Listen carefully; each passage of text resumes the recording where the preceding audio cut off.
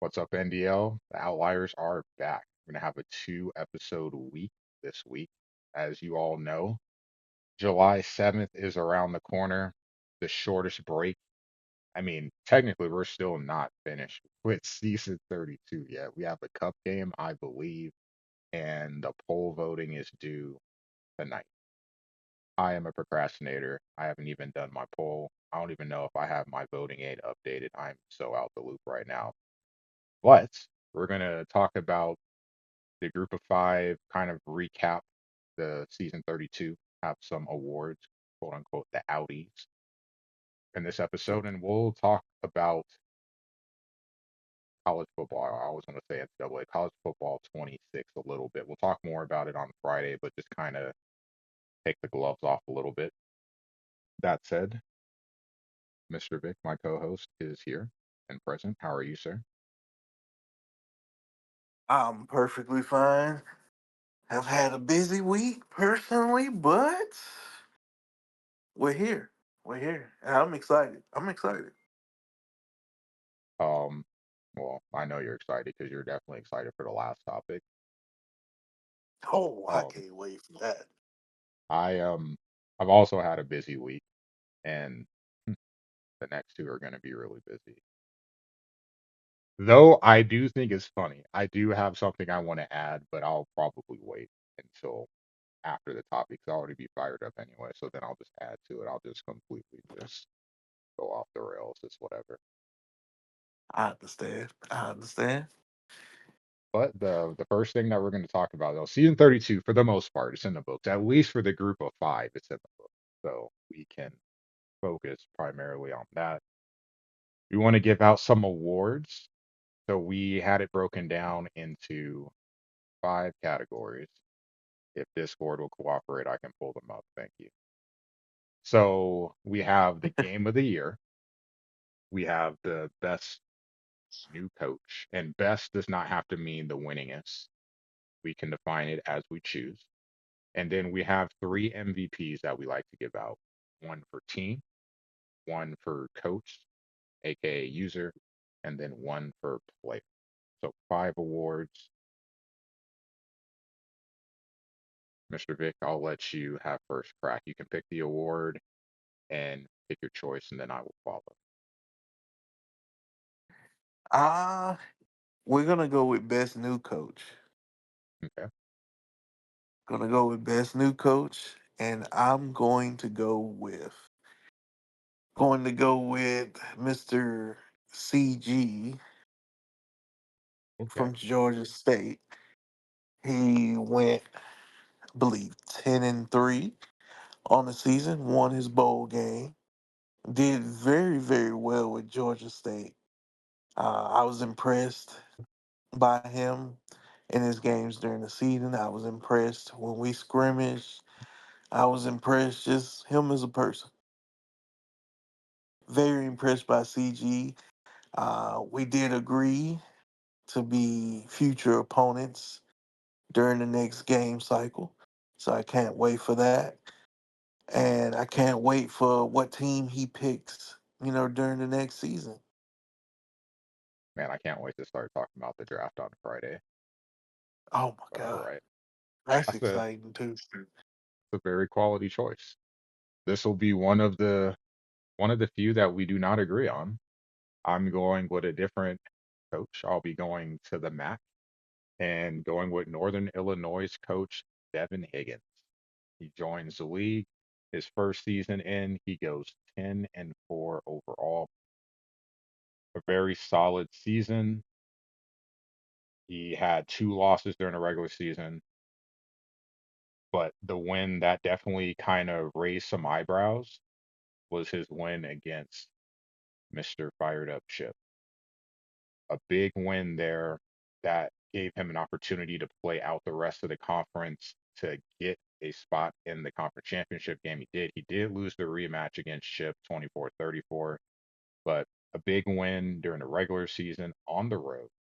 And then also, I think a solid coach that was added this season was Duvid Hits Bomb, and he was able to pick up a road win against him too.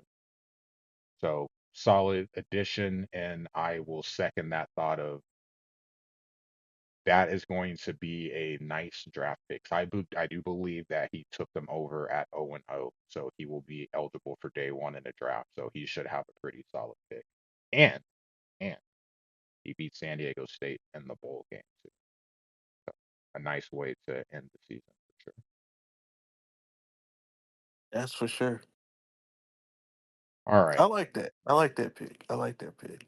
Hey, it's a good dude. Obviously I get to watch. I feel like I Homie is the electric bat cave. I feel like I'm the or the tech bat cave. We'll go with that. I feel like I'm the bat cave of just watching everybody play because I'm looking at, trying to pull stuff from different games for Sports Center. But definitely enjoyable watching his games and looking forward to see what he does in this next season. So for Your turn to pick the category. yeah, I feel like this is just going to be lazy, but I'll do it anyway. And let's just group it together so we can just save time. MVP for the team. We talked about this pre-show. We're just going to lump team and coach together. They're two separate awards in my opinion, but I really tried hard to say I wanted to take a coach that was separate from the team. But given what we do, you made a really good point, and it's really hard to do that. So MVP for the team would be Florida Atlantic and their coach, Coach Jumper. He went 13-0 during the regular season, played in what I think all of us would say would be the toughest conference of the group of five, top to bottom, and the AAC, won it and was the lone representative in the college football playoff. So how could it not be him? A great regular season, had the best showing he could against Missouri. It's a tough task facing. It's always going to be a tough task facing one of the top schools in the game, and especially when it's paired with a good coach, a great coach. But great season for him, and I'm really curious to see where he goes in the next season because I don't know if he had plans on trying to stay G5 or if he was going to a power school. So he's going to have a hell of a pick if he decides to go that route. But Jumper for me gets both. I would agree with that. Jumper is the user, and Florida Atlantic is the team of the year, team MVP, user MVP. It kind of goes hand in hand. If we have a team, said user is the MVP on the user side, said team is the MVP on the team side. He is the outlier for the year. All pun intended. He is the outlier. So the fact that he is the outlier, he did go 13-0. He did conquer the best G5 conference in season 32 in the American. Beat a ton of quality opponents. Did lose in the first round, but hey, we haven't had a G5 winner yet. But I feel like we will. We will. Hopefully in the next game cycle we will. But he does have the MVP for his team and for the user as well. Prolific offense. Couldn't do much on defense, but it's Florida Atlantic. So who really could do much on defense with Florida Atlantic? But he did everything to the best of his ability on offense, and that offense carried him to a 13-0 record and a CFP appearance. Yeah. Well, I will leave the next choice. Only two left. I'll leave the next choice to you, sir. Well, we got MVP for player, and I think we agree on this one as well, and that is Devin Roche out of Old Dominion. He ran, he caught, he probably kicked, he probably threw, he probably did it all because he was the offense for ODU. Heisman finalist, Doak Walker finalist, All American, first team, lead first team All American in season 32. Definitely is back in the game and with ODU, I believe, for CFB 26. So we'll see who gets Old Dominion.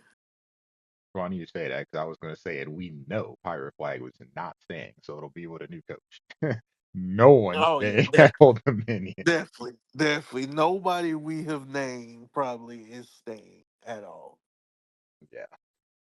Yeah, it's hard for it not to be him. I mean, man, just from a receiving perspective, 58 receptions. That's more than some teams' number one receivers and 980 yards. That's more than some teams' number one receivers. He combined for 45 touchdowns and between rushing and receiving, 3,700 yards. That is Mm. essentially an offense for an entire unit right there. So yeah, he it's a pretty easy choice for him. And then the last one. And it's funny because ours are going to be similar, but just slightly different. We wanted to go with the group of five game of the year. There were some really good games, some sneaky good games. But the one that I'm going to go with is the regular season matchup between Florida Atlantic and South Florida. A lot of points Mm. scored, and let's be honest, that seemed to be a theme in season 32. Defense just took the defense just took season 32 off. It was all about the offense. A lot of points, 45, 42. But the key thing for me that made this one, why I picked this one over the conference championship game was the comeback. They falling behind early and being able to fight back. And sometimes just the way the game goes, when things aren't going well, it's really easy to mail it in, or momentum makes it really difficult to fight back, but to do so and do so on the road against a ranked team, against Jokers, which has had a great offense this season. That's why I choose this game. Honorable mention before I say my game of the year. Honorable mention goes out to the Conference USA Championship game. That was a hell of a game. Oh yeah. Now, now to my selection of game of the year. My game of the year is those same two teams, but in the conference championship where it mattered the most. The reason why I didn't pick the regular season game because I just knew they were going to match up again in the conference championship, and boy, did we have a good one. That is a contender for game of the year, period, in the NDL for season 32. The amount of effort shown by both sides was incredible. Byron Brown had a Vince Young performance. Never seen a digitalized little man on a TV screen do so much on a football field before I saw that. Yeah. That was a Outstanding, crazy stat line. outstanding game. That stat line is in. He kept them in it, no matter how big of a lead Jumper got. Brown and Coach Joker kept fighting. And that's all you can ask for is keep fighting. Both teams fought hard. They knew a playoff spot was on the line, and they both delivered a hell of a game. Yeah, hopefully they'll get to match up next season and we'll get to get a run back. 'Cause those were two Hopefully. fun games to watch. The identical score in both games too. 45-42. That's crazy. Well, that kind of sums up the awards. And I mean, let's be honest, season 32 is kind of in the books. So we It's in definitely the books. we It's in the definitely books. have I don't think that cup game is getting played. It's in the books. It's in the books. they could play it on 26. Surprise us. That'll be the first game of the year. Um, Oh man. well, the last topic we'll talk about then is what is your biggest takeaway from the season in regard to the group of five? We clearly have a difference of opinion on this one, so I'll let you go first. The floor is So this yours. I'm not even so this gonna retort to it. It's all you. Go ahead. so you got a hot take at the end, and this is my hot take right here. I feel like just me personally, I this is no bias. This is not because we do the G5 and we have extra laser focus, because if anybody in the NDL is listening to this, or anybody outside of the NDL is listening to this, I am the person that does the update on every single, well, mostly every single game, no matter the conference.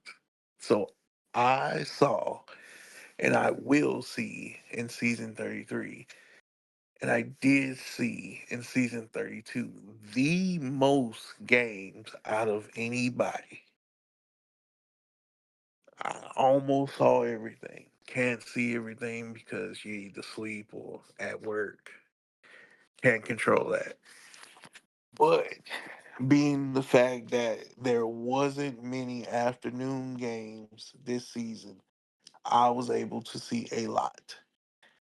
So this is a person that has seen a lot this season and everything like that. But my takeaway from this season is I believe that the G5 had a better on field product than the Power Four. The SEC is the SEC. I'm not going to argue with that. But they didn't put up, they didn't wow you. Like LSU, our national champion, he did wow you, but their coach is the most humble guy and the most I don't say not a damn thing in the chat type of guy in Bucknut. So he doesn't get a lot of his flowers like he do. And I'm giving him his flowers right now. Great coach. Back to back natties. You deserve it. But outside of Bucknut, no one really, and D Kennedy, no one, and Nate Noel from Missouri, so three outliers. No one really impressed. The best regular season team was Ole Miss, but he just got by on defense, and that's cool. Love defense. Nothing wrong with defense, but it doesn't. It was like we was waiting on the other shoe to drop with Ole Miss. We was waiting on that. The Big Ten, unfortunately, with the coach for Ohio State, his departure, that kind of took the air out the ball with that conference. But and being the fact that Oregon, Northwestern, and USC did not play each other at all, took the rest of the air out the ball. So that goes away from that conference. Big 12 was competitive, but a lot of their close, great, memorable matchups was outside of conference because their most anticipated matchups were blowouts. Not their fault, but it just ended up happening. Now, the fun bunch, as I said in the pre-show meeting with me and Sammy, the fun bunch of the ACC, that was a fun conference. They had memorable games. Some of those games were games of the year. Can't deny that. So if anybody wants to come back at me and say, "Oh, well, what about the ACC?" You can have that. You got it. But as far as talent, coaching talent, on the field product, close games, close races in the conference, it has to go to the G5. Every conference basically came down to a tiebreaker. From the Mountain West having to go fifth, sixth tiebreaker to Conference USA going to third, fourth tiebreaker. Um, the Sun Belt really didn't have a tiebreaker, but it was close as well. Mac had a tiebreaker. Um, Everybody pretty much had a tiebreaker going in or coming out of the last week of the season, which made conference races competitively close. Same with the American. The American was top to bottom outside of the SEC, the best conference in season 32. Top to bottom, best conference in season 32 outside of the SEC. And like I said, the own product games, we just named two games with the same score that is up there for game of the year in general. Either one of those games could be game of the year in general in the NDL. So I feel like the on field product and what the G5 coaches were producing was a greater level than the Power Four. Interesting. Interesting. Well, I'm gonna let you have that take.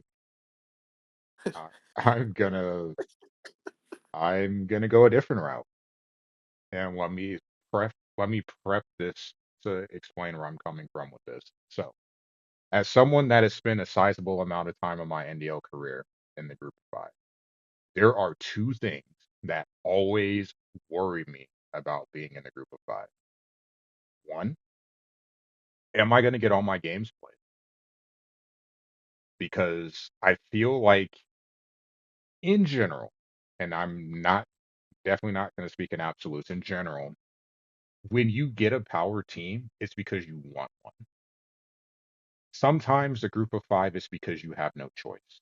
You got fired, you're a new coach, so you're having to pick at the back of the draft. So you're trying to make the best out of a not so great situation. You're going to play in a conference with teams that are closer in terms of talent, more than likely, and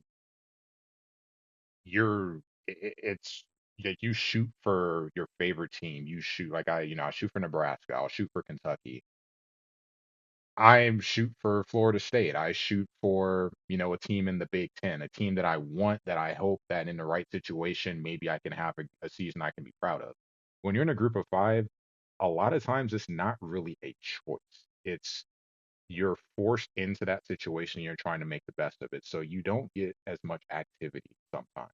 That's number one. Number two, to go along with that, mentioned earlier, newer coaches, where are you probably going to be winding up? You're going to be winding up in the group of five. You're just trying to take an open spot in the league, get your feet wet, trying to fit in, trying to adjust to, make the adjustments gameplay wise. Just, I'll put in quotations, work in terms of polls, coach reports, stuff like that. Things that the busy work you do, so to speak, to be in the league. So it takes a little bit of an adjustment. And a lot of those coaches tend to find themselves in a group of five. So I want to give a shout out to season four, because I know for a lot of people, season four was, man, I can't wait for a break. No, we're playing another season. Totally understand why. I totally agree. And I think this will reinforce why the admins made a good decision in having a fourth season. Look at the coaches that we've brought in. We've got a chunk of coaches in the MAC. You've got some in Conference USA. You've got some in the Sun Belt. and spread out. These coaches came in first season in the league, getting their games played, getting their stats in, being active in chat, whether it's the live chat or the conference chat, just fitting right in. And when we're at a point in the league where, okay, we are trying to, for one, make sure that this league is full and also trying to rebuild the farm, that extra season really pays off because you're getting a solid group of players that show that they can play in the NDL in terms of talent, but also play in the NDL in terms of fitting in and helping be a part of fostering the culture that we have here. So I just want to give a shout out to the newbies that we had this season. I got to see a lot of them play. I got to talk to some in private, a nice bunch to have. And I'm very hopeful that a chunk of them, or well, really all of them, will continue to stay around in the league going into next year's game and beyond. So that's my takeaway from this season. Okay. Okay. All right. Yeah, I like that. I I know like it's that. a bit of a corporate answer, but I feel No, like no, no. I feel like the games played. Like I love the fact that most of the games got played. Now, of course, sometimes stuff happens, but I love the fact that a great amount of games happen, especially because I haven't been a part of too many seasons in the NDL. But the fact that this was the first time that the NDL did a fourth season in a cycle of a game and it still had the turnout that it did, love it. Love that everybody was excited for it. Games got played. Season went through mostly without a hitch. The end there was a little rough, but we mostly got through the whole season without any delays or anything like that. So I love that. Love that take. yeah, it's just kind of rough with the timing with summer. Like no offense, no shade thrown at any coaches, but I get it. Summer is usually, hey, we got our third season done, cool. We can take a break. We're all paying attention to the news cycle to see new stuff that's, updates for the next game. And, we're discussing that and everything. But usually we're not playing. We're happy to have a break. We did our 3 seasons, we're good, and we're just taking the break. Whether it's playing other games, not playing games at all, whatever the case may be. That break is kind of nice, and not having it this year was a little bit rough for some for sure. But I'm really happy with the new bunch that we have. They fit right in, and they'll continue to grow. We'll grow with them, and it'll be great. That said, though, it's a perfect segue. Because speaking of growing, we got 5 days, 6 days, if you want to be, well, whatever. I don't care. We're next week, next Monday. If you get the deluxe edition of the game, you'll be playing on Monday. If not, you'll be playing 3 days later. That early access, couple extra bucks. College Well, football well, 26. well, there is a caveat to that. Usually, I don't know about PlayStation users, but usually for Xbox users, you have 10 free hours between the 7th and the 10th. Don't know if they're going to do it this year. I do know they did it last year between the early release and the actual release. They had a 10-hour window of 10 free hours that you can play the game. Meaning that if you just keep it strictly NDL or strictly online related games, you can get at least 10 games in. Long as I don't play Andy, I'm getting 10 games in between the 7th and the 10th. That's no shot at Andy. It's just our games take forever. Um, so as long as that doesn't happen, I can play, 10 to 12 games in those 10 free hours. So Hopefully they bring that back this year, and if they do, then mostly everybody would be able to play at least some scrimmages. During the 7th through the 10th. Yeah. I think the one thing that makes it awkward this year. So last year I put time in and I took the back I took the start of the next week off. But the way my schedule worked out, I was able to get the edition and play the game. Or like I'm a streamer. It's almost I hate that it's kind of the thing, but it benefits you to get the game once you're able to play the game. Like I already know I'm going to play the game. The extra money isn't a real big deal. It's like extra $10, not that bad. But this year is not going to work out that way. I'm going to be busy the whole week. So I don't even know when I'm going to find time to play the game, but I'm still going to get it anyway. So I do feel like we should probably look at some of the stuff in the game, and I'd like to get your thoughts. I have some thoughts on that as well. And we're going to cover it on Friday too. 'Cause, I mean, what else are we going to talk about? There's nothing else. There's no NDL for, the NDL is going to be on kind of on pause for a little bit as we get this final poll done, get out those coach scores, then people making declarations, but you'll need to see the game and maybe play with your team, see those ratings up close in a more streamlined fashion, play with them to see if it's, what you want to do. There's a lot of Ba- decision making to basically, happen. basically, the real life is gonna meet NDL. Basically, in real life, since it is July, it's talking season,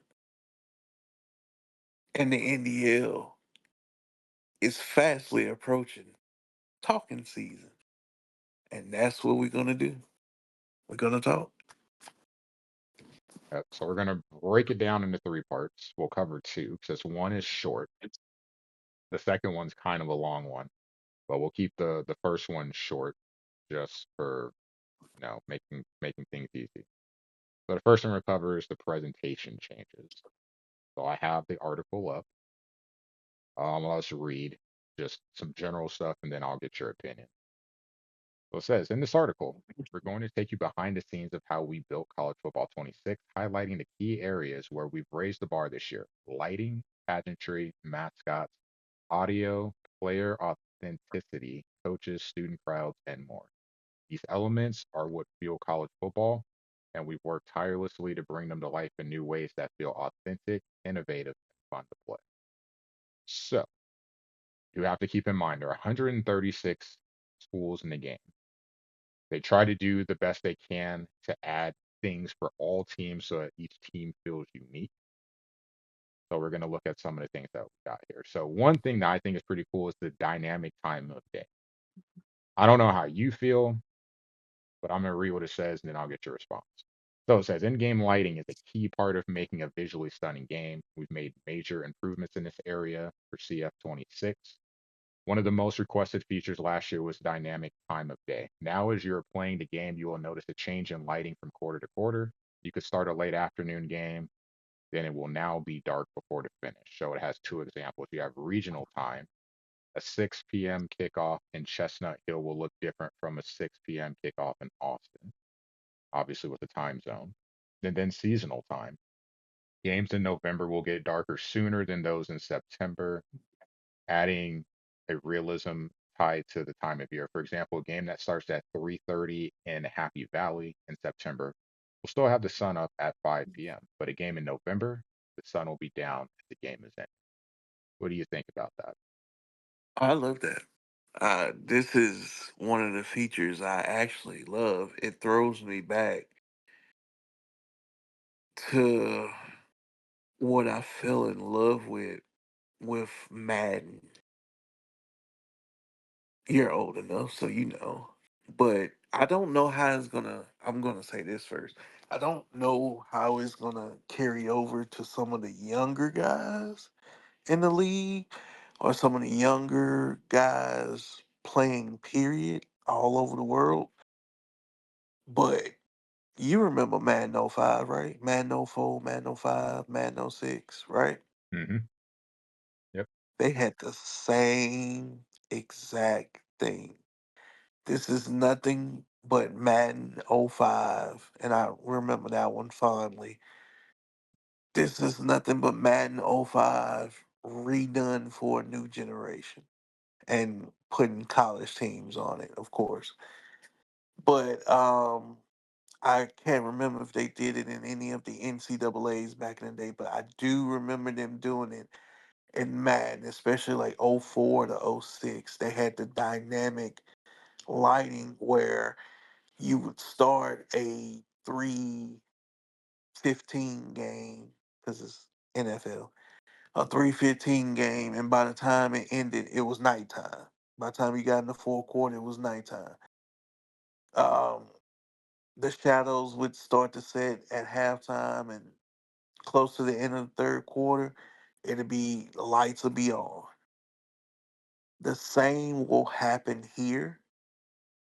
Don't know if it really would give an advantage in our league because the home team kind of sets the time of the game. So if you're a person that loves day games, it'll affect you, especially late afternoon games. It will affect you to a certain extent. But if you're a person that just does night games because you like how it looks in the stadium at night, then that won't affect you at all. What are your thoughts on it? I think it'll be something we see more in our dynasties more than here. I feel like some of Yes. the games I've Yes. played on the road, people just boot up and whatever the time is they play. So it's a day game. Me personally, I play at the time of day that the game's being played. So if I'm playing a game at night, I'm waking up or whatever, or playing a game at 8 p.m. my time, then I'm the home team. We're gonna play a night game. If we play during the daytime, I play a day game. So it having that is cool. One thing I would be curious to see is if you're playing a weather game, how that may look in terms of, and I'm just True. thinking more of the weather than the time of day. Like if we're going to have progressive lighting, do we have progressive field degradation too? Like if you're playing in the rain, is the field worse? Is it harder to move? If you're playing in the snow, is I there don't potential I snow buildup? No. I don't believe they put that in this one.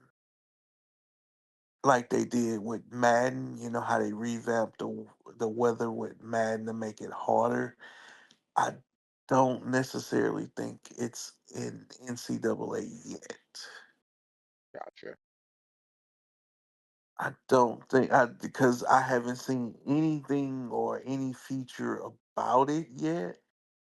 They just made the snow a little bit more realistic than what it was in 25, but they didn't make the necessary changes like they did it in the upcoming Madden. But I mean, oh, yeah, you're right. For the NDL, it's probably not going to mean much, depending on the team I have. Um, is how I'm gonna produce my games. I'm kind of like you. I kind of like go off real life and like do the uniform and um time of day matchup. But with Sam Houston this year, I didn't like the stadium in the daytime. It Mhm. it didn't look right. So most of my home games were at night because I like the look of the stadium better than in the daytime. It was just a aesthetic feel for me with Sam Houston. So depending on the team I have, like in previous seasons, I've done day, I've done based on the time, and I've done the uniforms like that too. Like whatever uniform they're playing in real life that day, um, I'm going to try to do in the NDL and the time of day. Gotcha. I'm gonna try to break this up in this next part up into two parts and kind of lump them all together. So this is presentation, and I want to try to focus on team spirit, I guess is how we'll define it. So changes that have been made to this year's or this upcoming game. You'll have light shows, and each one is tailored to reflect the school's tradition and stadium. So they've got different ones. Like North Carolina, you got the spotlight moving around. Tennessee, you've got the stupid light up tee. Sorry, Tennessee fans, I'm not giving you any love. You got drone shows. Those are for specific schools as well. Then they're gonna have variations of run out. So I'm guessing maybe in just our games we'll see the standard runouts, but they're gonna have additional ones too. No, it's more. Well, I guess no, we had specific ones online, I remember. So like Ohio and Utah, you'll have the motorcycles leading the way, the cockaboos for South Carolina, the wagon for Oklahoma, but then they'll have quick runouts just for, to get a quicker experience. I wonder if we'll see a difference between those for our games. You'll have band formations pregame for specific schools. There will be new mascots. So, for example, Boston College, you got Baldwin the Eagle, Louis the Cardinal, Rock the Panther, and others. You've got the Pop Tart, which is so ridiculous. The Pop Tart I Bowl can't mascot. wait. I can't wait for that. I hope I And get to play. Dynasty. I hope I get to play I in one. cannot. I definitely will try to I run a cannot. Pokemon. I cannot wait. There'll be more team specific traditions.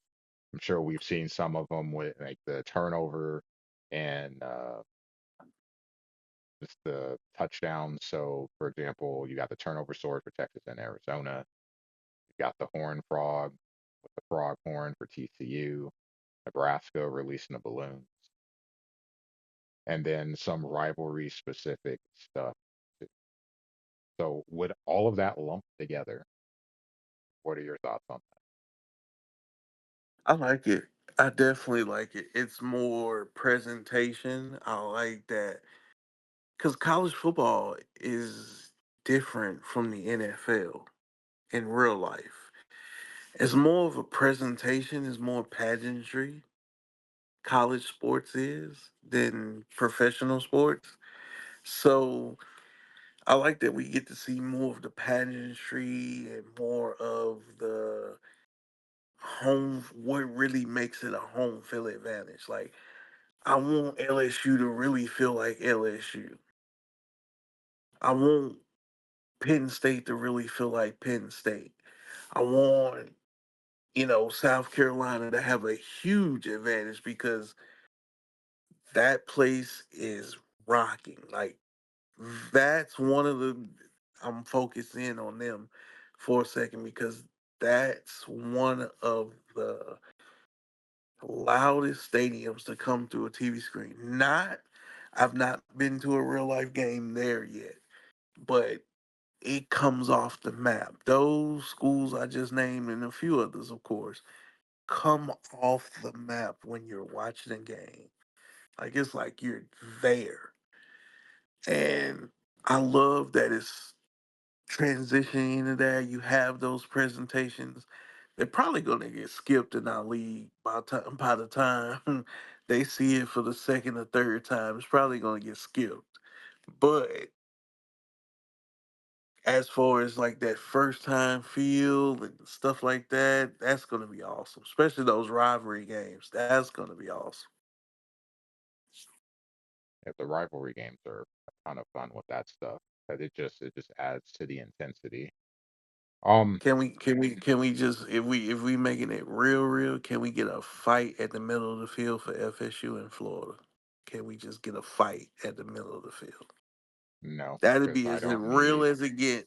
absolutely not. I don't need any motivation for Big Mike. Someone hits Lagway the wrong way and he gets pissed off, and then he's just gonna drop an extra touchdown on me just because. No thanks. No, thank you. But Lagway's gonna be crazy in the game. Goodness gracious. I'm already depressed. Trust me. Um, Sorry. I do Sorry. like this though, because again, like it's it's one thing to see on TV, I'm not sure if all of us have been able, and I'm talking about the league in general, if all of us have been able to attend a college football game or if you went to a school that has Not, a team. So it's a different experience. Like even with SDSU, people like they do not have a great home field advantage. But our games, like the traditions you have, the chance that you have, it just draws you in more, that pride that you have for your school, your team, and this really helps to make that stand out in the game. I do like that. Whether you like the not, school or not. not gonna lie. SMU sucks in that department, but they were loud for that Florida State game. They were loud. I was in the building for that. And team pride overall. And one of my favorite things that I get to talk about is the presentation with the commentary and specifically the audio.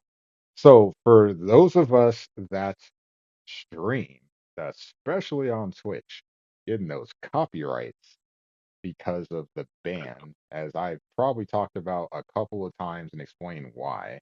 It's so annoying that we could like you just have to turn the music off altogether because you didn't want to get a copyright strike on YouTube or on Twitch. So the ban will be back. There's more recordings, but there's also fight songs too, which is something actually I missed from the old college football games because I used to just love hearing the fight songs come on. Just can I I recognize the want, school and I what want, the I song is? want to, I want to hear what the edited version of Neck is gonna be like at LSU. Hmm. Oh yeah, or If you don't know, uh, I'll tell you after the pod because we're family friendly. But if you don't know, but for those listeners that do know, then you know what I'm saying,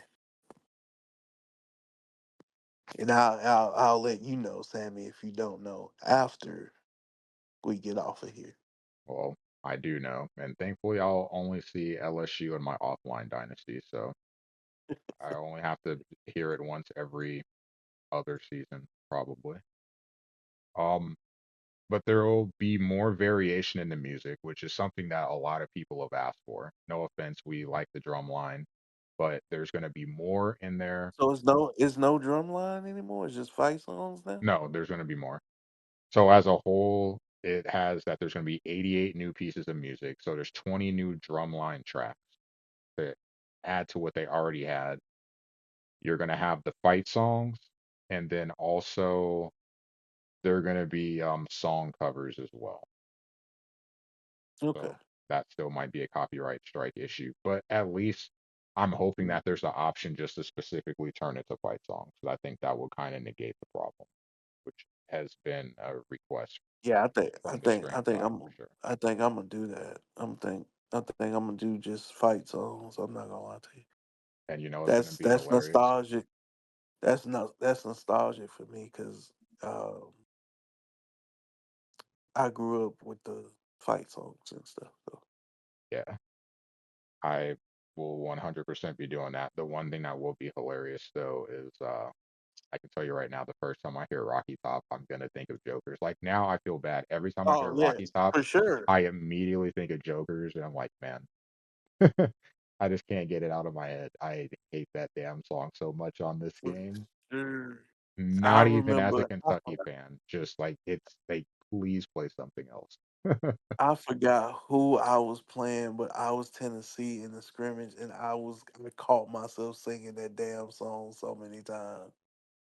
I said, I was like, I forgot who I was playing, but they was like, "You a Tennessee fan?" I was like, "Nah, I just know the song, man. I just know the song." Yeah, I think I told you there's a leading up to WrestleMania, there was an episode of SmackDown that was in Knoxville, Oh and when yeah, Bianca yeah, came out, like she, you know, Tennessee.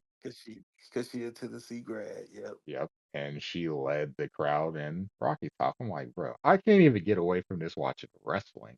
There is no hope for me. Just shaking my head. Oh, I'm going to. Speaking of wrestling, just a little side note. I'm going to All In AEW. I'm going to All In next week. Oh, So, nice. Go Tony Storm. That's all I have to say. oh, I cannot wait for that match. I can. I hope it main events. To be honest, I cannot wait for that match. It definitely will be a good match. I think it'll steal the show for sure. Man, I can't wait. I think I can skip through the most of the other stuff here because I mean, Chance or like I, we I expect got, more I got, Chance. I got a question for you though. Okay. How do you think, and have you tried it yet? Have you tried it yet? And how you think you're going to navigate with Castellanos as a short QB? Because you know they up the difficulty with short QBs. How you think? You think that's going to be a problem, or I will have an answer for you in like 10 minutes because I'm going to open up. I have the gameplay one open. So we're going to jump into gameplay and that's listed in there. But yeah, okay? I have an answer for you. I'm just looking through the rest of the presentation. Like they'll have the coaches, like no one cares. No offense, even if you're a fan of your team. All it is for some. Let's be honest. Ain't All it nobody is for like someone else to ain't yell at. nobody doing that. Exactly. Ain't nobody everybody doing a custom coach. Like what are we Yeah, doing? we'll do it in Dynasty, but like in our real games, like if I'm playing and I see the coach, it's just someone else for me to yell at during the game. So For it's sure. whatever. For sure. For sure. All right. Now, Take out game. the decap. Yep. Now we have gameplay. This is where the bulk of it is. We may have to save some of this for the next pod to segue in because there's a lot of stuff to talk about. And this is obviously the focus primarily in the NDL because some of the bells and whistles we're not going to get to experience because we're not playing in an actual dynasty. Our dynasty exists differently. So Yes. this is the meat and potatoes of what makes this game better or worse for us in terms of an experience as a league last season, 25, however you want to put it. So let's go down the list and I'll list them and then we can talk.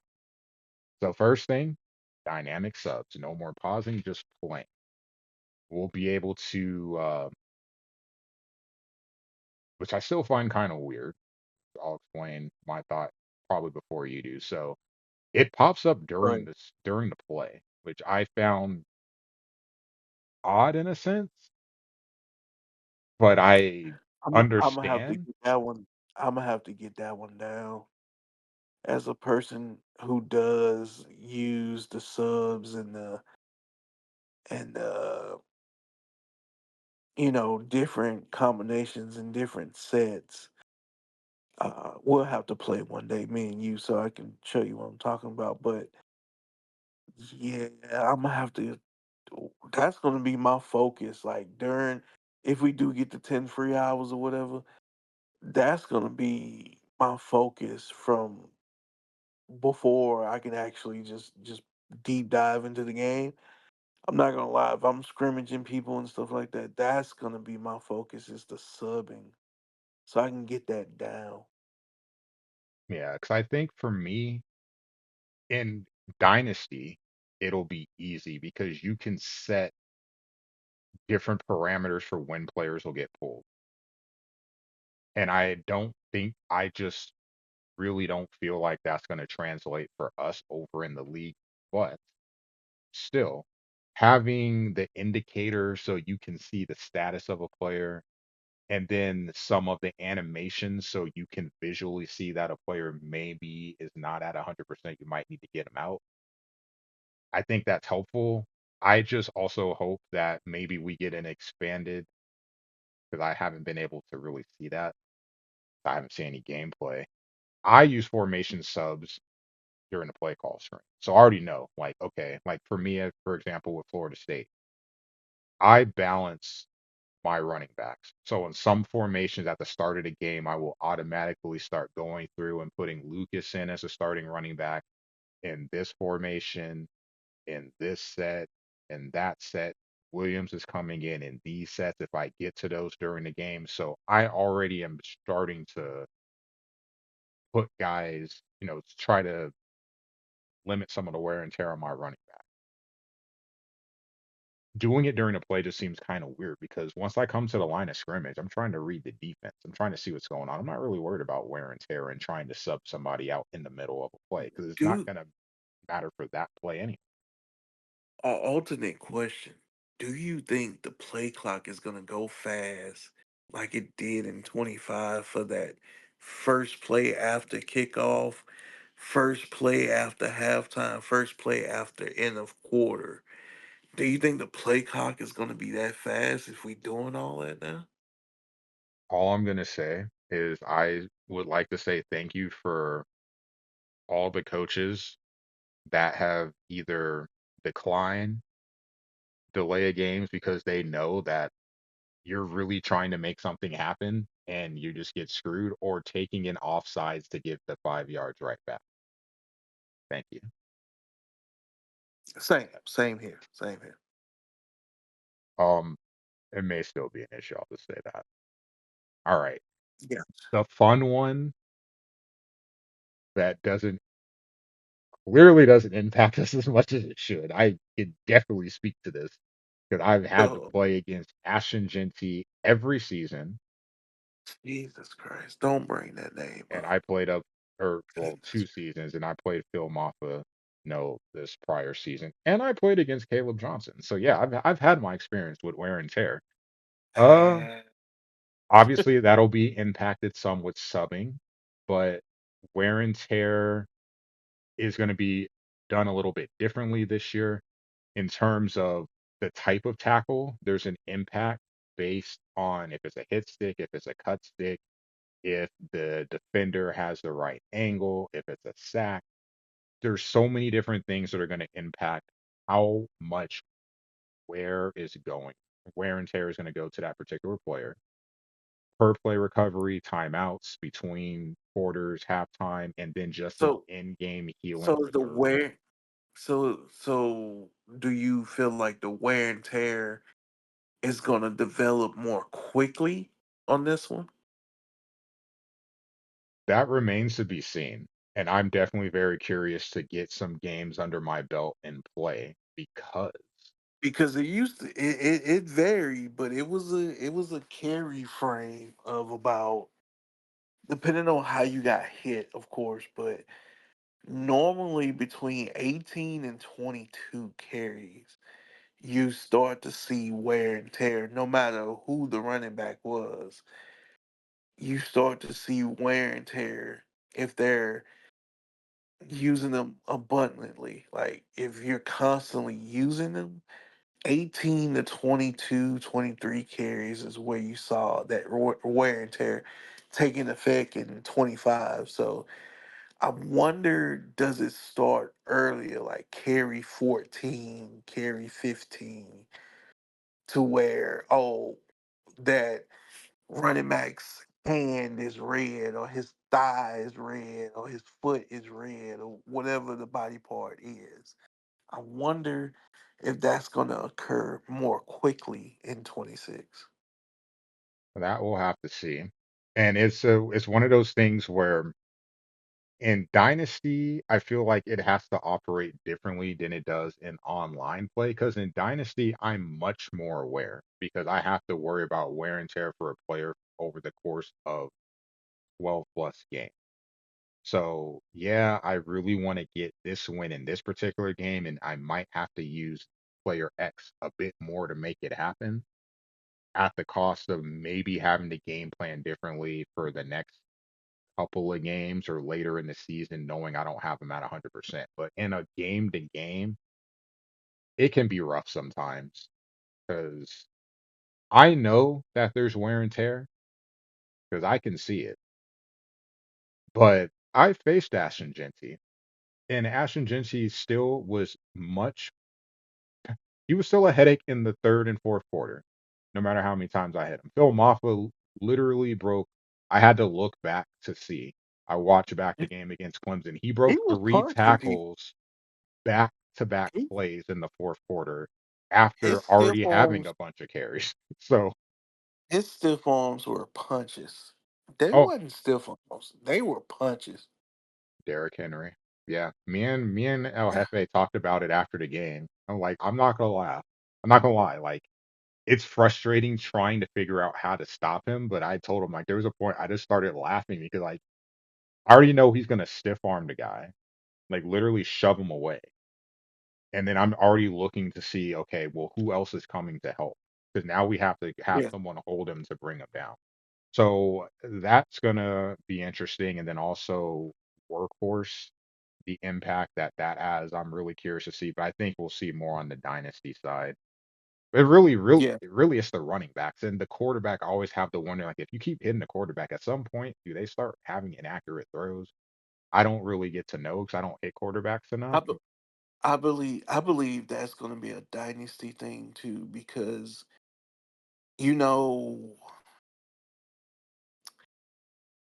in 25 it was like a hidden thing in dynasties. Like if you got up, say you playing the CPU randomly, or you playing somebody randomly in a dynasty, if you're up and you're still doing what you don't need to do, then you're gonna get crushed by it. Like if you're still passing and you're up 24 with 5 minutes left in the fourth quarter, and you still passing, the game allow like the offensive line not to block, and your quarterback just kept constantly getting hit. So I think with the wear and tear with the QB, that's gonna show up mainly in dynasties, offline and all online. That's where I feel like that's gonna show up. Yeah. Well, we'll go to the next section, which is a fun one, especially if you're an NCAA vet, you'll understand why. The out of body experience. This is a fun paragraph to read, let me tell you. One of our core objectives this year was capturing what we call the out of body experience, those jaw dropping moments when an elite player single handedly changes the course of a game. To achieve this, we've completely redefined how abilities scale when a player gets hot. Momentum matters more than ever. When a player starts to cook, their physical abilities receive substantial boosts. If the player already holds a platinum tier ability, it automatically upgrades to the new Heisman tier, featuring enhanced effects and powerful new functionality. Readings are directly inspired by player feedback. You'll know exactly when it happens. A green flash around the player's icon signals a tier up. Conversely, if a player's performance drops, you'll see a red downward arrow indicating they've dropped a tier. Now, I'll go first on this one. So, first of all, if you played college football back on the PS2, you're already smiling because you remember those flashing, pulsing white circles. Because this is what it makes Oh me think yeah, of. yeah. Because, hey, you know that who the impact players are. You got your three. But when that impact circle flashes, like, whoop, everything changes. He can't, like, that linebacker's pulsing. He's not, I'm not going anywhere near. That defensive end is pulsing. If it's a run, we're going the other way. If it's a pass, you're changing it because that ball has to come out quick because you know he's getting in.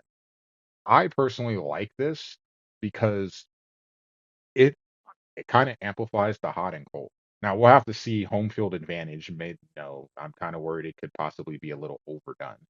But if a player is playing bad, I've always felt like if I'm throwing interceptions, bad decisions, bad throw, whatever it is, my player should be penalized for that.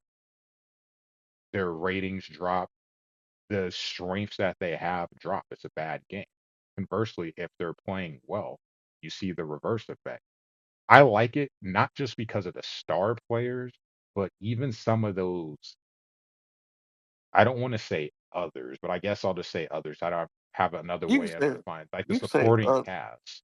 It's like you can say those, others. yeah, the You can say small others. guys that, maybe have an ability or two. They play a great game. That boost could be the difference in being able to win or lose a game from someone that's not a superstar. And I You think that's a you pretty kn- cool concept. you know I agree with you, and then I agree with you on one hand, I don't disagree with you on another, and this is why I say that. Hopefully, we may need to clip this. To be honest with you, I do not think this is gonna go well in the NDL. Three examples running back. in season 30. Three examples from season 32 alone. All of the seasons for one guy, Ashton Genty. Remember the bowl game. Just think about that in 26. Think about the bowl game and the cup game. The cup game and the bowl game. Think about those two games in specific. And let's see how the other coach is going to feel after that. Because he took it to that level. You described that, and he took it to that level. He cooked, took over, out of body, all that shit. Now, let's see that happen in an important game. Another player from season 32. The first half of the season for Zachariah Branch. Mm, And now he's still in the game for Georgia now. Just think about that. And then he's also still in the game too. We talked about it earlier. The performance from Byron Brown in the see, conference championship. that's the one that I will question is the quarterback. If I was to be super concerned, I definitely understand from a running back perspective. But the quarterback one is the one that probably will be having me watching the most, and it's because of the field general ability. I'm just trying to figure out how that's gonna. I feel like that's gonna be a heated topic. That can potentially be a heated topic in the chat for the end. I'm just saying NDL wise. Like we kind of know how it's gonna be dynasty wise, but NDL wise, like an important game, and then all of a sudden that happens. So not only is momentum dropped from your side, then you got this player having an out of body experience, depending on the time of the game for the rest of the game. Yeah, we'll have to like. There's a lot of questions there because what will be required for a player to get in that mode? Would it be a higher requirement if they already are high in those abilities? Like if it's a gold or platinum, does it require more versus if it's just a bronze ability? We don't have the answers for those That's, questions, so but it'll be that's yeah, interesting we to see. don't, we don't, yeah, we don't. But those are like I said. Hopefully, somebody can clip it or anything like that. I just want to know the discussion when it comes to those three players because they had what they had platinum, I believe, type of attributes. All three. I think Brown had a gold one. I think, but two after three had platinum, and I just want to know what the discourse is going to be about that. I read it just like you did, and I saw it. I actually saw the examples they were doing, and it was just like, man, that can get that can get heated maybe in the live chat. I don't know. I don't know. We shall see. I know one thing for sure, if you're a good coach, I mean, you're still going to roll with a player playing well, but man, imagine how you could use that to your advantage as a decoy. You just put him out there on the field, knowing That's that the that's defense is ex- going to have to focus on him to try. I think that's one thing that gets lost sometimes with some players. I know some players are hard to stop, but some of them are hard to stop because you're trying to stop everything instead of trying to stop the player. oh And I already know because I I saw that with my receiver, my 97 speed. He's a senior, so he won't be back in the game. But my 97 receiver, 97 speed receiver, I saw him get doubled a lot. So I didn't wasn't able to really just let him cook. He could have had a lot of more yards, but um he just played decoy for the other receiver. Yep. And you just try to catch them slipping. It's always tougher with the running back, especially, and I could understand because so many other factors go into trying to slow down a running back. A receiver, I True. feel, from a skill position wise, a receiver or a tight end, it's easier to take away. Like if I want to take away a receiver or a tight end, I could take a zone and try to take him short, and then have a safety playing man or But literally use her and if try to you know but roll but coverage. if he's out of his body, quote unquote, does he get open on everything you try? Not if I'm using, and I'm not even a great user, but if like I could probably what would I point to? The game I played against Big Z, San Diego State, New Mexico. Now, New Mexico's defense was trash, but that game we expected going in for it to be a high scoring game in our chats, and it ended up being a 10-3 game. Most of the plays, Coke, I was trying to shadow him. I was trying to discourage him from getting the ball. Like, he's the fastest guy in that receiving core. As long as he's dropping back, I have all eyes on him. Literally will leave someone else wide open if it meant making sure that he didn't get a big play. I feel like it's easier to I mean, scheme out a I'm receiver. just, like I said, I just want to see the discourse on that when that starts. When that costs somebody a game, I want to see the discourse. That's all I'm saying. And I want to see it in a wide receiver form. I want to see what happens. Those are the two things. I want to see the discourse around it, and I want to see what happens with the wide receiver because you're right about that. We got some good users, especially on the pass. So it's like, so what if he cooks and then what? Like, what happens with the receiver? Does he just automatically get open no matter what? Or like, what? There's no thing because like a out of body experience or a person cooking means you have no answer for that person. Well, the good thing is most of us play zone, more zone. So there's a lot of cover three in the That's league. true. So he's That's not true. That's true. receivers. I Like mean, receivers aren't. that's They shouldn't be running like. My thing is, I get what you're saying. My thing is, if I'm playing defense and I'm playing zone, my people shouldn't be dumbed down in zone to help them get open. That's how I'm looking at it. Like, man, I could understand some 50-50 balls. I could understand. The running back would probably be the bigger worry for me because it's just so hard to get to running back sometimes because of blocking, that once they get to the second level, you make a wrong, you don't have good gap control as a user. You help them break a big play. And then once that starts happening and then they get a boost, that could be really scary.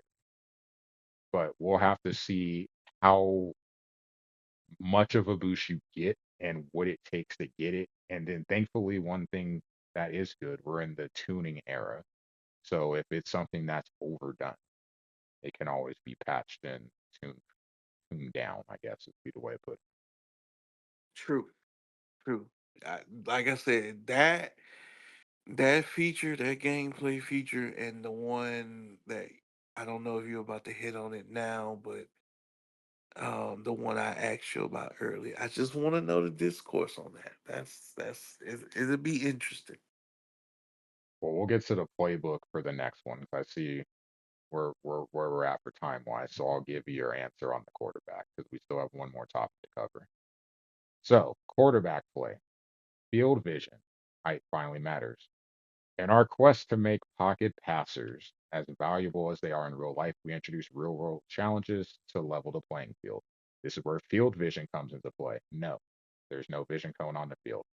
Through conversations with coordinators across the country, one theme kept coming up: the importance of moving the quarterback's launch point and how interior pressure can impair vision. Took that to heart. Field vision accounts for your quarterback's height, the size of offensive and defensive linemen, and the proximity to the pocket. Smaller quarterbacks under center, especially on quick drops or throws between the numbers, will experience realistic visibility limitations. That's why many real life quarterbacks favor shotgun or pistol looks.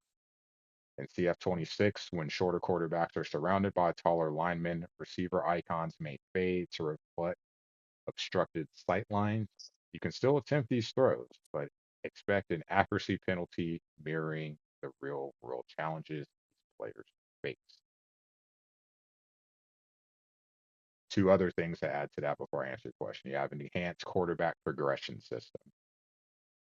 High awareness quarterbacks will quickly and efficiently cycle through multiple receiving options, talking about real life, reflecting the decisive reads and rapid decision making of the nation's elite signal callers. Conversely, lower rated quarterbacks struggle more significantly, realistically managing fewer progressions and demonstrating slower decision making, closely resembling the performance of inexperienced true freshmen. And then lastly, heat. One of my big gripes, but I'll be honest, it helped me a lot too. I think it helped all of us and hurt us at the same time. Recognize the heat. Last year, we saw a heavy reliance on double mug and cover zero blitzes, talking about playing against the computer, making this a critical area for improvement. We've introduced an upgraded hot read system and made significant enhancements to quarterback progression logic, double move recognition, and overall blitz response. So let me answer the computer part first, and then I'll focus on the real question that you're asking. One of the things I hate about playing against a computer, and I've hated for probably the last 10 years in the years that I bought Madden, is the fact that every quarterback was Aaron Rodgers. You play on all Madden and you can't sack them because they get rid of the ball too fast, and then they just happen to know always where the ball is going to go. It's so difficult playing pass defense against a computer, to the point that it's like, okay, we got to run press and we got to blitz. I have to zero blitz. I have to force you to get rid of the ball faster. So I do like that they have the hot read system to make it a little bit harder, but conversely, that the lower tier quarterbacks actually play like lower tier quarterbacks. Nothing frustrated me more in my dynasty playing with Nebraska against a trash school in Western Kentucky. No offense if there's any fans out there. They should not have been able to keep up with me. And I want to say that I had to score 60, almost 70 points because they just kept scoring. I could not stop their quarterback. And we had better players. It's just he always knew where to go every time, pressure or no pressure. It's really frustrating. So to see lower rated quarterbacks play worse will be good. How that's reflected in the NDL with those group of five teams, we'll have to see. But the question that you had, and I know Block had mentioned it, he tagged me when he mentioned it in the chat about Mr. Castellanos because he is a short quarterback. And I obviously plan on staying with Florida State, so I'm going to have to deal with that. Two things probably will happen for me. I probably still will do some under center. I love my single back. Um, so I'll still make some throws there, and it'll be one of those experiments of seeing what works, what doesn't work.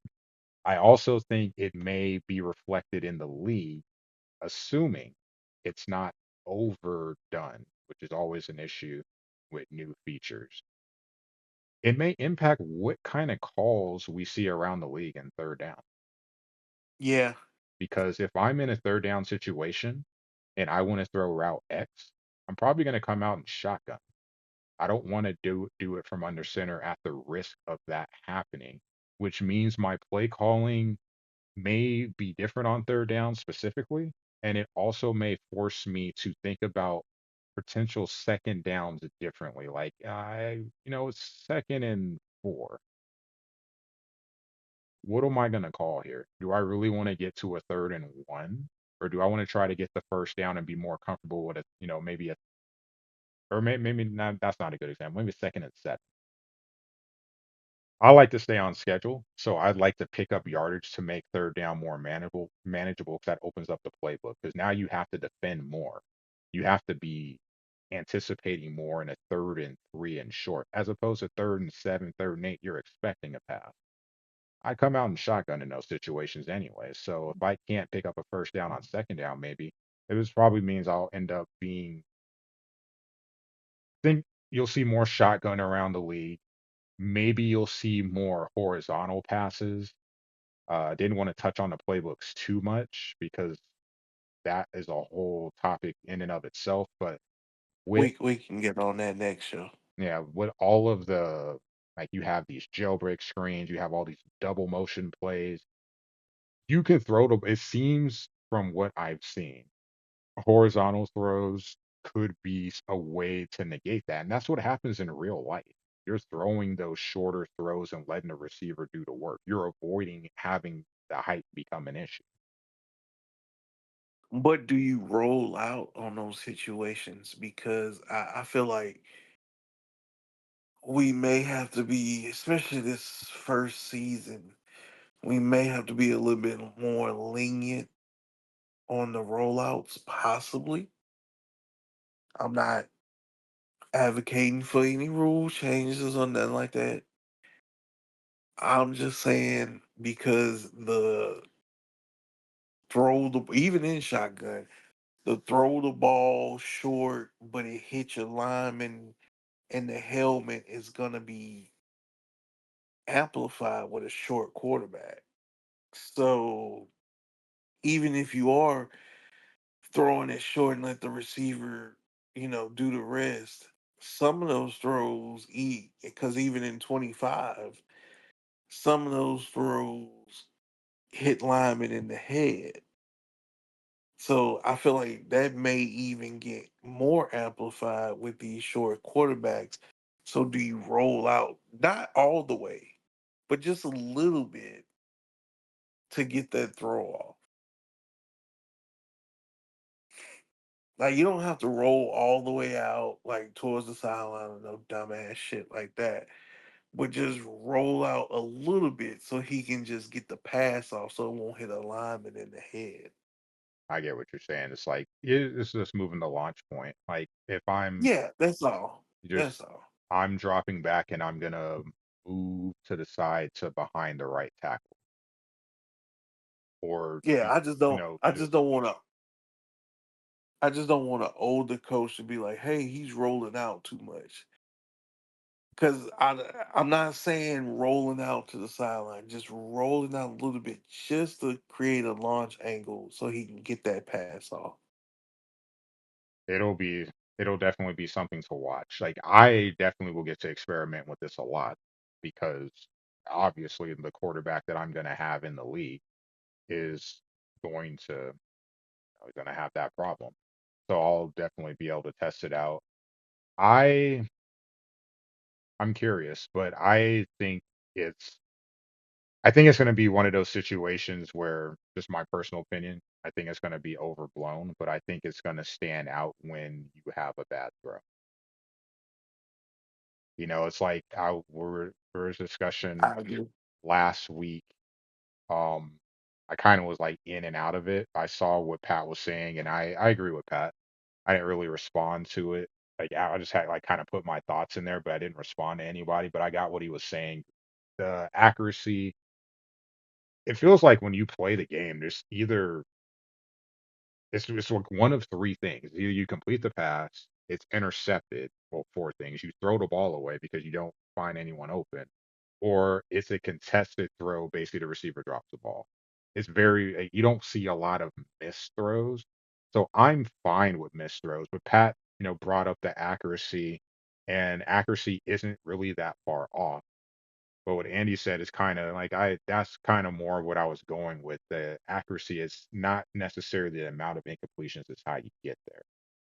So I don't mind seeing more inaccurate throws. I'm not saying like it has to be in the ground, just just actually not completing the pass. It's overthrown. Yeah, It's yeah, I get what you're saying. No, I get what you're saying. I'm just saying in general about the short quarterback, like, cause I saw that a lot in 25, short, tall, whatever.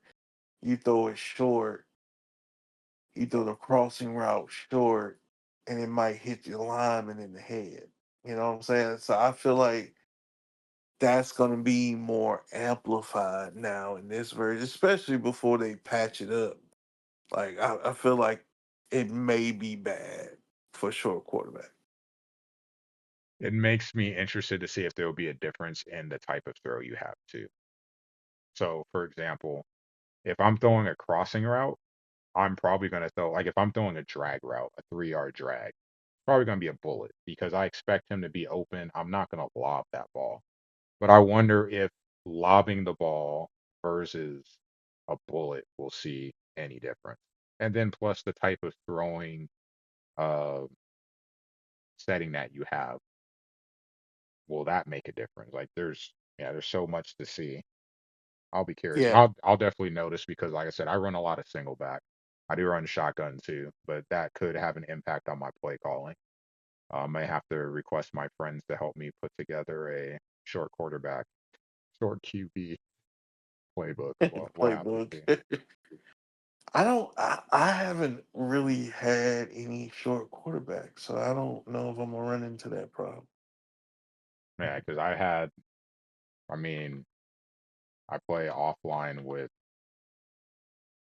I play offline with Nebraska, so I have Dylan, and Dylan I want to say is 6', 6'2".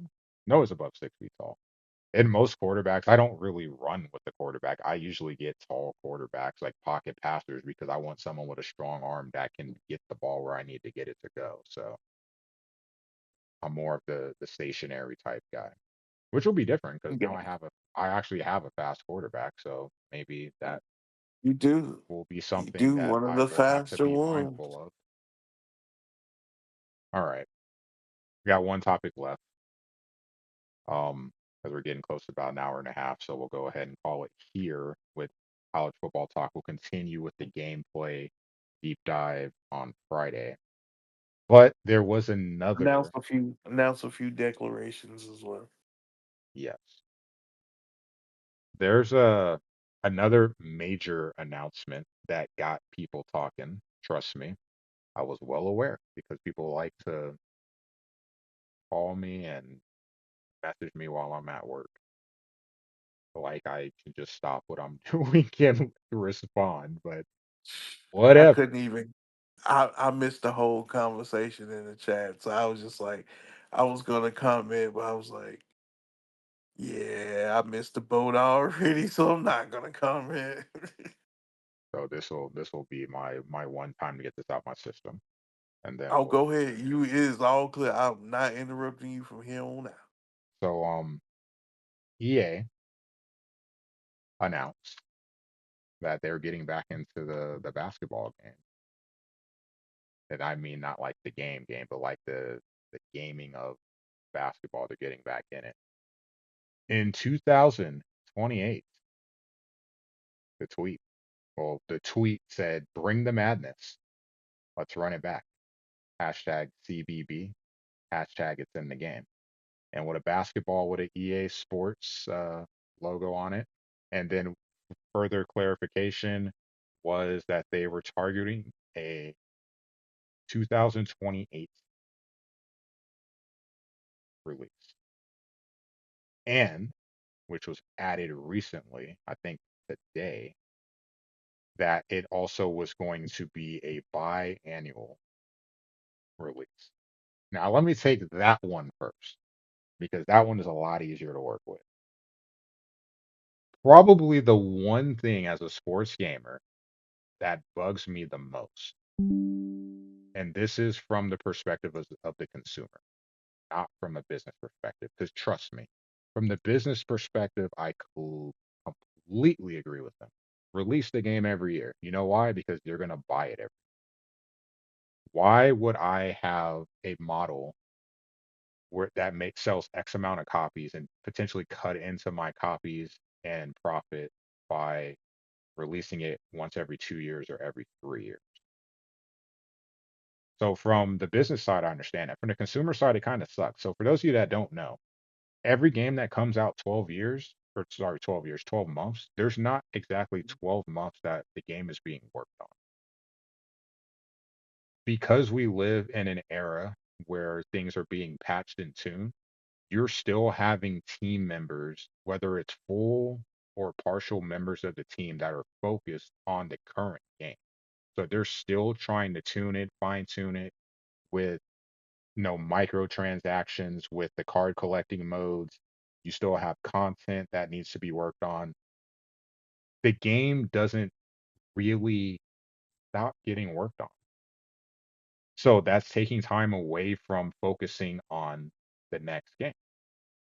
So a biannual or biannual, two every 2 years, because biannual is twice a year. Doing it every 2 years, I think, makes for a better game for us as a consumer because some of that production time is going back into the product. So you have more time to actually implement new ideas, fully build out things instead of having it be a 3 year process because you know you can't focus on getting it done at once. I think that benefits us. Now, when I saw it, I'll be honest with you, I rolled my eyes immediately. And here's why. And this is kind of what I was telling you a little bit during the pre-show.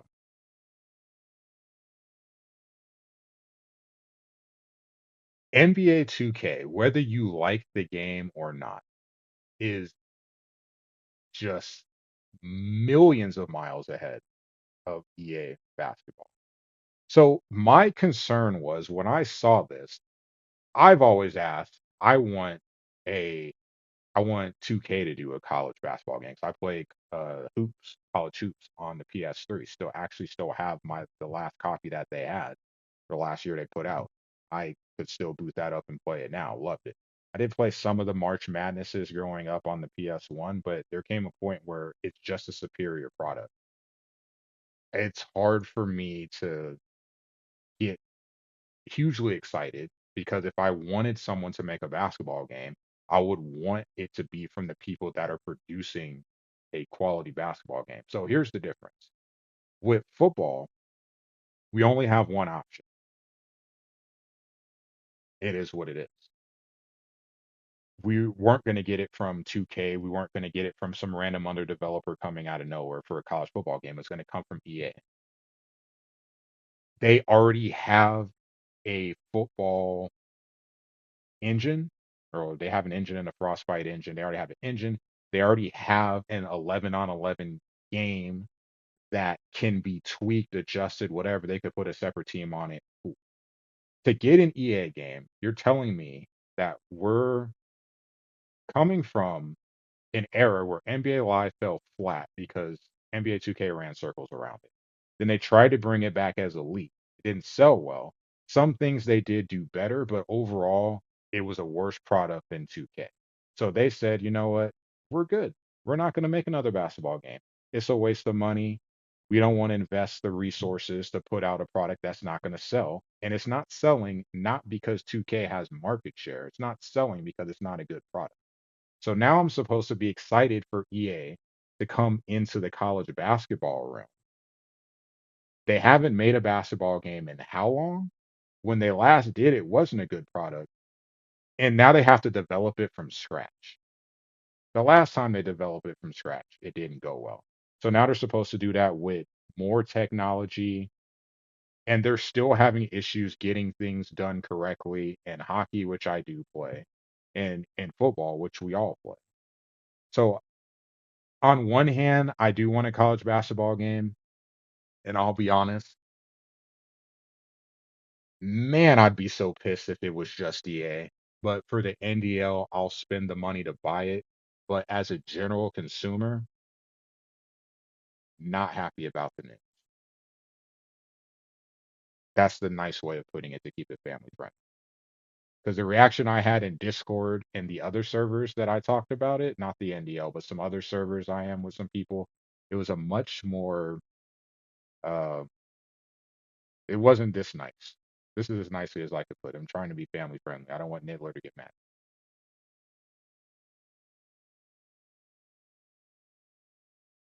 But I'm sure Vic, you have something positive to say, so you have to end it on a good note. Oh no, brother, you that's all you. That's all you. I am gonna say this.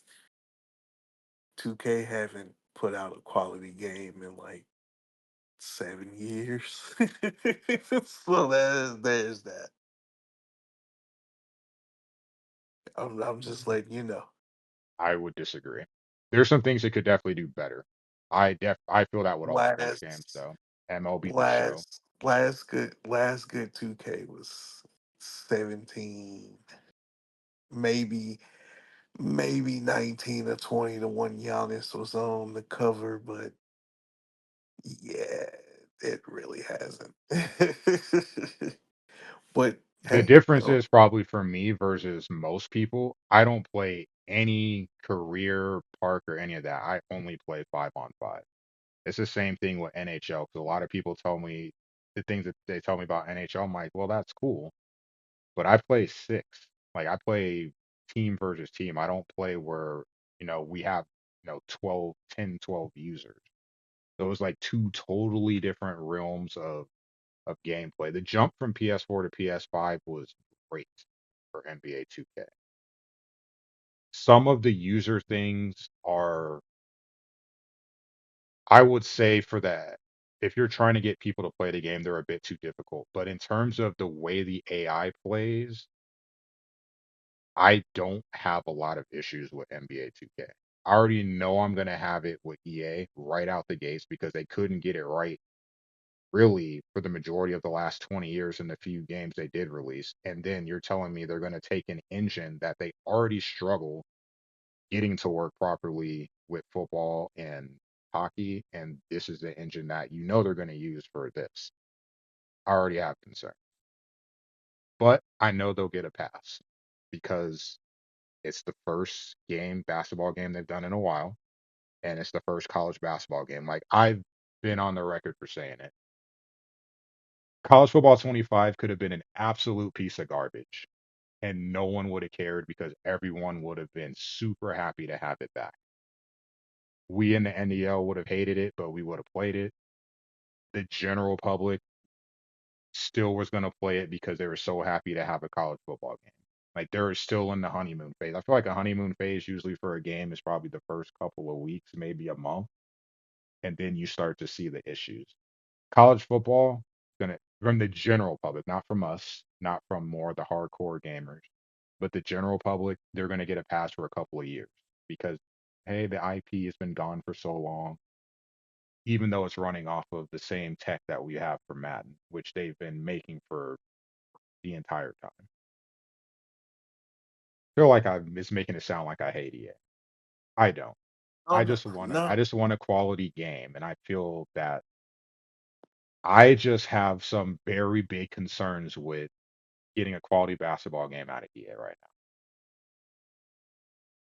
And to end it on a good note, and we can end it on this good note. The buy well game every 2 years. That's the move of the future. That's the good note we're gonna end it on right there. Actually, now I think about it, I have one other one. Um, who was it that mentioned it? I don't know how we came. I don't remember what we were talking about.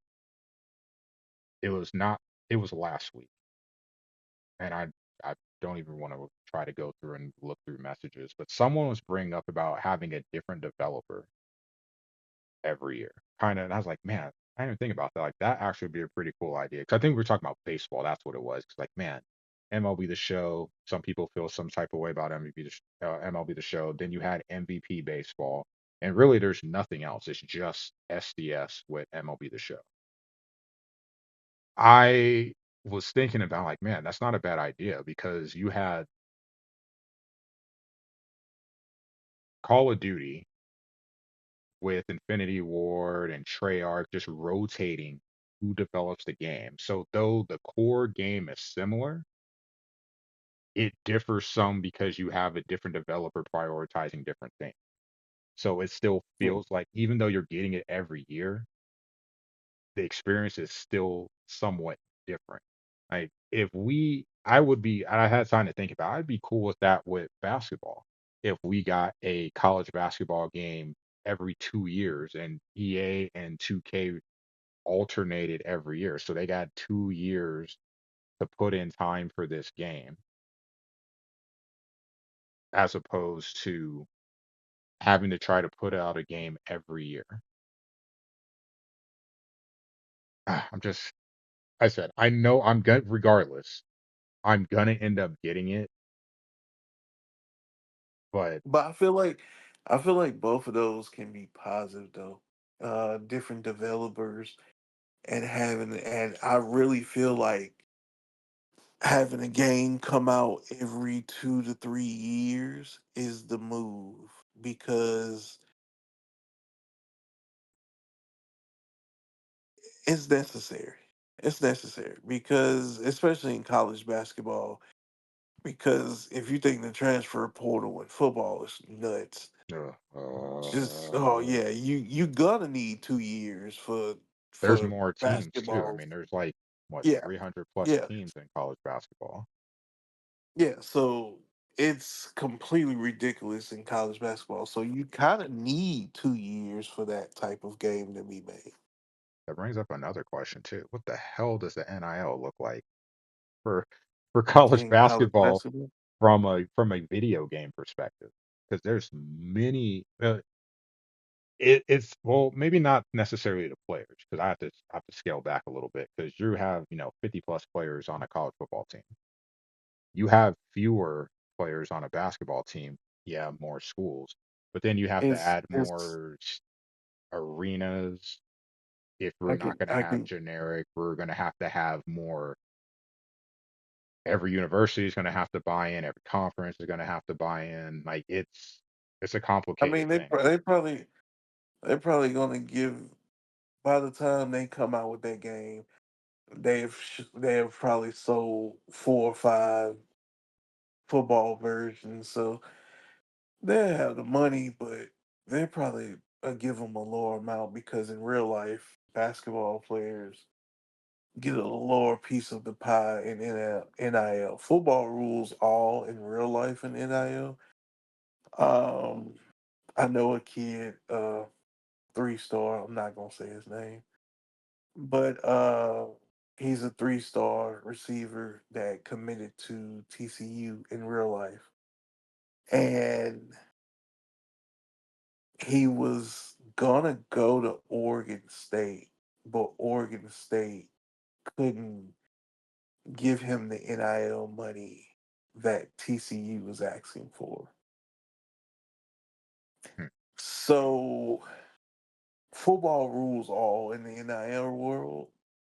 Basketball gets the second piece of the pie, and all of the other sports get the other piece of the pie. So when that game comes out, being that it's more schools and more players overall, it's probably going to be a lower amount. No 1,500 per player here, not at all. 'Cause it'll sell well regardless.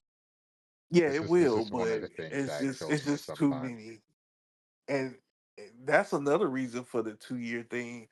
Cause look how many head scans you gotta do. That's a lot of work. Then they're gonna put the coaches in the game too. Oh God. Man, it'll be it like from a basketball fan, I'll be honest. I personally, and we've talked about this before off